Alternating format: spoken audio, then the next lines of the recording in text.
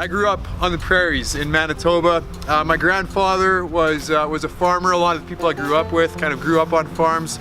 Some ways could have been my destiny. It wasn't, and one of the reasons is I really don't know anything about farming. Now I do know one thing, that if I wanted to turn this ground into fertile farmland, this would probably not be my tool of choice. I don't think doing this would help plant anything of value. I would be a bad farmer if I did that. And let's say actually somebody came along and said, I want to help you with your farm. I want to benefit from the fruit of it. And I said, no, you will not do that. And I clubbed them over the head. I'd be a really, really bad farmer.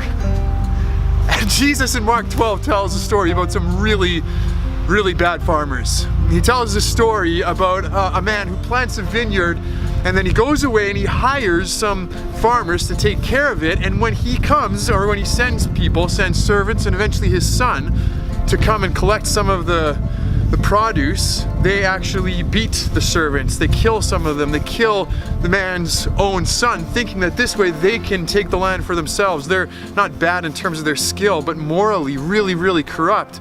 And when we talked about how this story represents the story of Israel, especially at the time of Jesus, that the religious leaders of the day are bad farmers, that they haven't given God his due, and that in fact they've treated God's servants as prophets, and now his own son Jesus as people to be killed, to be disposed of.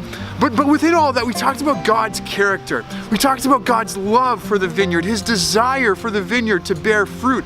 We talked about his patience, that despite their treatment of the servants, God kept on sending them servants. And we talked about God's sacrifice, sending his own son. Talked about his judgment, the way that he kind of brings justice upon those bad farmers. And then finally we talked about his redemption, how he's able to take even this situation where his own son is killed and bring about resurrection, bring about new life through that. Just God's character in this, his love, his justice, his mercy, his patience, and so on. It just blows me away. Maybe it did for you too. And so the one big question for this week is simply, what characteristic of God in this passage strikes you the most? And how does that challenge the way that you live your life?